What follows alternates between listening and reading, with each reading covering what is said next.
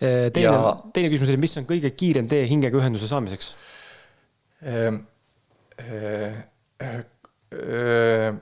Positiivsus, ükskõik läbi mille. See ei ole mitte niimoodi, et ma pean olema positiivne inimene, ütlema namaste ja naeratama kõigile, vaid sa pead positiivsuse all, ma mõtlen seda, et sa pead valima sulle iga mikroskoopiline hetk kõige kergema, kõige lihtsama, mis iganes teeharul sa oled. Ja sest sinu tõeline olemus on sisuliselt nagu selline armastus. Seda võib-olla peaks täpsustama.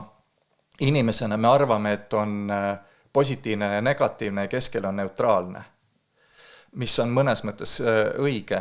Tegelikult on niimoodi, et see positiivne, negatiivne ja neutraalne on allapool nulli, mis on sinu tõeline olemus. Ehk et see on nagu selline kirjeldamatu rahu ja nagu selline soojus hinges, kui sa oled nagu tõeliselt kontaktis sellega.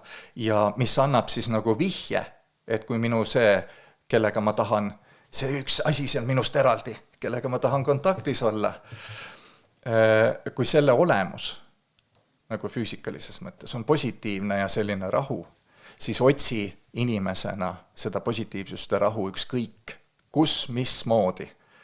Ja siis sa saad kõige kiiremini. Siis sa oled nagu ilma, et sa ütleme siis niimoodi, ma tahan sellega temaga oma hingega kontakti saada, sest siis on mul hea. Nii, leia moodused, kuidas tunda ennast praegu hästi ja sa saad temaga kontakti. Sama nagu see manifesteerimine. Et kõige kiirem meetod on positiivne. Alati vastupidi põhimõtteliselt. Nii nagu mõistus arvab.